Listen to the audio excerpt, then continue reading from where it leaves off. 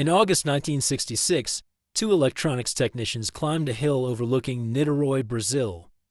3 days later, both men were found dead. They were lying side by side, dressed in suits and waterproof coats. Over their eyes were crude masks cut from sheets of lead. There were no obvious signs of a struggle. Then investigators found the note. 1630. Be at the designated location. 1830. Ingest capsules. After the effect, protect metals. Await signal. Mask. Manoel and Miguel had left Campos dos Goitacazes on August 17th, telling their families they were going to buy equipment. Investigators traced them to Niterói, where they purchased waterproof coats and water before apparently heading toward Morro do Vintém. The masks were not something they found on the hill. Contemporary reporting later said investigators found material at Miguel's home consistent with making them. Contemporary Brazilian newspapers reported that the men were interested in what was described as scientific spiritualism, attempting to combine electronics, electromagnetic ideas, and spiritual phenomena. The press also reported that they had conducted earlier experiments involving intense light and explosions.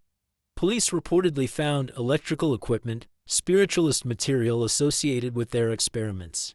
But none of that answers the most important question. What actually killed them? The official cause of death was never established. Decomposition severely limited what investigators could determine, leaving the obvious possibility that the capsules mentioned in the note may have contained something dangerous. But nobody was able to establish what they contained. Then came another detail. Later, contemporary reports began connecting the men's experiments with attempts to contact beings from elsewhere, and newspapers eventually reported witnesses claiming strange lights or unidentified objects had appeared around the area. There is no evidence proving that a UFO had anything to do with their deaths. Some of the most extraordinary claims appeared after the case had already become famous, which makes separating investigation from folklore difficult. What we do know is strange enough. Two electronics technicians deliberately traveled to a hill carrying homemade eye protection. Their instructions apparently told them to ingest capsules and wait for a signal. Both died there, and more than half a century later we still do not know exactly what happened. Were they conducting a dangerous experiment that went wrong? Were they deceived by someone else?